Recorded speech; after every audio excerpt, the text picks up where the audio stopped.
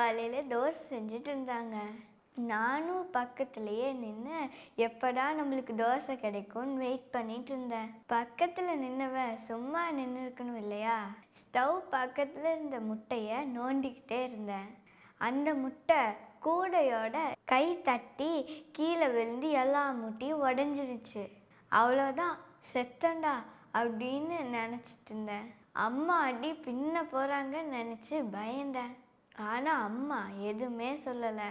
அமைதியாக அந்த உடஞ்ச முட்டையெல்லாம் சுத்தம் பண்ணிட்டு எனக்கு அடைக்கலம் பட்டணத்தை பற்றி சொல்லிட்டு இருந்தாங்க. என் கூட சேர்ந்து அம்மா என்ன சொன்னாங்கன்னு நீங்களும் கேட்குறீங்களா?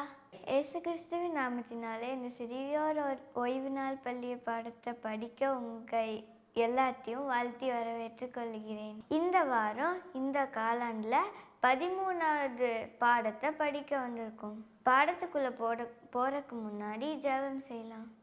பரலோகத்தில் இருக்கிற அன்பின் பிதாவே, நாளை கொடுத்ததுக்காக நன்றி ஆண்டவரே. நாங்கள் 13வது பாடத்தை படிக்க போகிறோம். அது எல்லாரும் ஒரு காதில் கேட்டு ஒரு காதில் விடாதபடி பாதுகாத்துக்கோங்க. அந்த லெசன் எங்கள் வாழ்க்கையில் நாங்கள் யூஸ் பண்ண உதவி செய்யுங்க ஆண்டவரே. இயேசுவின் மூலம் ஜெயிக்கிறோம் எங்கள் ஜீவனுள்ள நல்ல பிதாவே, ஆமீன்.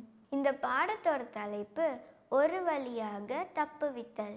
இன்னைக்கான மனப்பாட வசனம் சங்கீதம் 16:1 எடுக்கப்பட்டிருக்கு. தேவனே என்னை காப்பாற்றும், உம்மை நம்பி இருக்கிறேன். இந்த பாடத்திலிருந்து நம்ம என்ன தெரிஞ்சுக்கிறோம்னா, நமக்கு அடைக்கலம் கொடுக்கிற ஆண்டவரை நம்ம தொழுது கொள்றோம். ஒரு மனுஷன் தட்டு தடுமாறி ஒரு வழியில ஓடி வந்தான். அவன் வரும்போது கொஞ்சம் வழியில நின்று மூச்சு வாங்கிட்டு வந்தான். அவன் உடம்புல இருந்த வலி அவனை தடுமாறி கீழே விழ செஞ்சது. மெதுவா பயத்தோட அவன் பின்னாடி திரும்பி பார்த்தான். அவன் பின்னாடி யாருமே இல்லை. ஆனா சீக்கிரமா யாரோ வருவாங்கன்னு அவனுக்கு நல்லா தெரியும். வேகமா முன்னாடி திரும்பி மறுபடியும் ஓட ஆரம்பிச்சான். அது ரொம்ப தூரத்துல இருக்காது. அதுதான் அந்த அடைக்கல பட்டணம். அவன் ஓடி போன அந்த வழி ரொம்ப நல்ல பாதையா இருந்தது.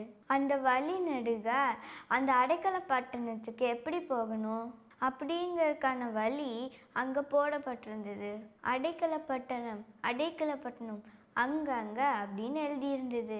இதை பார்த்தப்போ கண்டிப்பா நான் தொலைஞ்சு போக மாட்டேன், ஆனா சரியான நேரத்துக்கு அந்த அடைக்கல பட்டணத்துக்கு போய் சேர்ந்துருவேனா அப்படிங்கிறது மட்டும்தான் அவனுக்கு ஒரு கேள்விக்குறியா இருந்தது.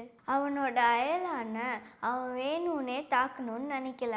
அவனை காயப்படுத்தணும்னு அவன் கொஞ்சம் கூட நினைச்சு பார்க்கவே இல்லை. ஆனா அவனோட கோடாலி அவனோட கையிலிருந்து வலிக்கி அவன் பக்கத்துல இருந்து இன்னொருத்தவனோட முகத்துல போய் வெட்டுச்சு. அவன் தற்செயலா அவன் பக்கத்துல இருந்தவனை கொன்னுட்டான். இத அவன் செய்யணும்னு நினைச்சு பார்க்கல. அவனை காயப்படுத்தணும்னு எந்த திட்டமும் போடல.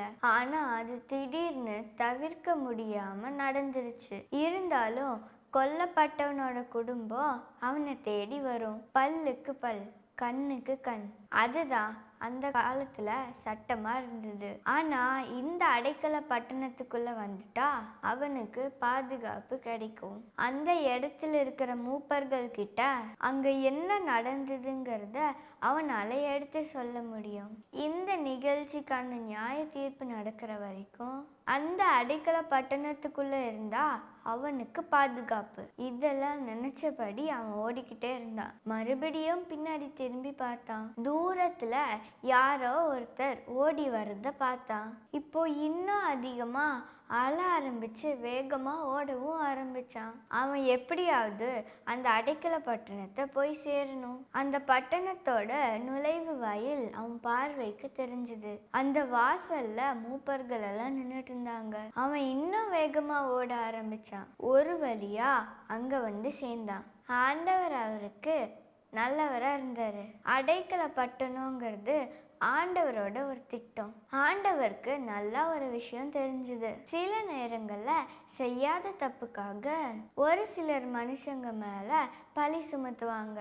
ஒரு சில நேரங்கள்ல தவிர்க்க முடியாம சில விபரீதங்கள் நடக்கலாம். அதனால ஆண்டவர் மோசே கிட்ட இஸ்ரவேல் தேசம் முழுசும் அங்க ஒரு அடைக்கல பட்டணத்தை கட்டணும்னு சொல்லியிருந்தாரு. அவங்களுக்கு ஒரு சரியான நியாயம் கிடைக்கிற வரைக்கும் அவங்க அந்த அடைக்கல பட்டணத்துல பத்திரமா இருக்கலாம். இதுல ஞாபகம் வச்சுக்க வேண்டிய இன்னொரு ஒரு முக்கியமான விஷயம் இருக்கு. குற்றம் சாட்டப்பட்ட அந்த ஒரு மனுஷன் இந்த அடைக்கல பட்டணத்துக்குள்ள இருக்கிற வரையும் தான் அவனுக்கு பாதுகாப்பு. அவன் பக்கத்துல யாரும் இல்லைன்னு நினைச்சு வெளியே போய் அங்க கண்டிப்பா யார்கிட்டயாவது மாட்டிட்டு தண்டிக்கப்படலாம். ஒரு சில சமயங்கள்ல ஒரு சிலர் அந்த அடைக்கல பட்டணத்துக்குள்ளேயே அவங்க வாழ்நாள் முழுவதையும் கழிக்க வேண்டியதா இருந்தது. அந்த அடைக்கல பட்டணத்துக்குள்ள இருந்த பிரதான ஆசாரியர் அவங்க இறந்து போயிட்டா அவங்க செஞ்ச தப்பு அவங்க மன்னிக்கப்பட்டு அவங்க விடுதலையா சுதந்திரமா போகலாம் அப்படின்னு அம்மா சொன்னாங்க. இன்னைக்கு நமக்கும் கூட அப்படிப்பட்ட அடைக்கல பட்டணம் தேவை. ஆண்டவர் தான் நம்மளுக்கு உயர்ந்த அடைக்கல பட்டணம். ஆனா நம்ம கூட அடுத்தவங்களுக்கு அடைக்கல பட்டணமா இருக்கலாம். நான் தெரியாம அந்த முட்டையை தட்டி விட்டப்போ அம்மா கோவப்பட்டு அடிக்கவோ திட்டவோ இல்லை. நான் உண்மையிலேயே தெரியாம செஞ்சுட்டேன் அப்படின்னு அவங்க புரிஞ்சுக்கிற வரைக்கும் அம்மா எனக்கு ஒரு அடைக்கல பட்டணமா இருந்தாங்க. அதே மாதிரி ஆண்டவரும் நம்மளுக்கு ஒரு அடைக்கல பட்டணம். ஏன்னா அவரு நம்மளை நேசிக்கிறாரு. இப்படிப்பட்ட அன்பான தேவன் நமக்கு இருக்கிறனால நம்மளும் மற்றவங்களுக்கு உதவி தேவைப்படும் போது ஒரு அடைக்கல பட்டணமா செயல்படணும். எங்க வீட்டுல நடந்த அந்த நிகழ்ச்சிக்கு அப்புறம் இப்படிப்பட்ட அடைக்கல பட்டணமா ஒருத்தருக்கு நம்ம இருக்க வேண்டியது எவ்வளோ அவசியம்னு எனக்கு புரிஞ்சுது. அதனால நான் இன்னையிலிருந்து அடுத்தவங்களுக்கு ஒரு அடைக்கல பட்டணமா இருந்து நம்மளுடைய அன்பான தேவனுடைய அன்பை பகிர்ந்துக்கணும்னு முடிவு பண்ணியிருக்கேன். நீங்களும் மற்றவங்களுக்கு ஒரு அடைக்கல பட்டணமா இருப்பீங்களா? இந்த பாடத்தை எங்கூட சேர்ந்து படிச்சதுக்கு நன்றி. பாடத்தை முடிக்க ஜெபம் செய்வோம். பரலோகத்தில் இருக்கிற அன்பின் பிதாவே, நாளை கொடுத்ததுக்காக நன்றி ஆண்டவரே. இந்த லெசனை எல்லாரும் பார்த்துட்டு இருப்பாங்க. அது அவங்க வாழ்க்கையிலையும் அவங்க யூஸ் பண்ண உதவி செய்யுங்க ஆண்டவரே. இதை பார்க்குற கேட்குற எல்லாத்தையும் ஆசீர்வதிங்க. அவங்க இந்த பாடத்தை அவங்க படித்தது மட்டும் இல்லாமல் எல்லாருக்கும் சொல்ல உதவி செய்யுங்க. இயேசுவின் மூலம் ஜெபிக்கிறோம் எங்கள் ஜீவனுள்ள நல்ல பிதாவே, ஆமீன்.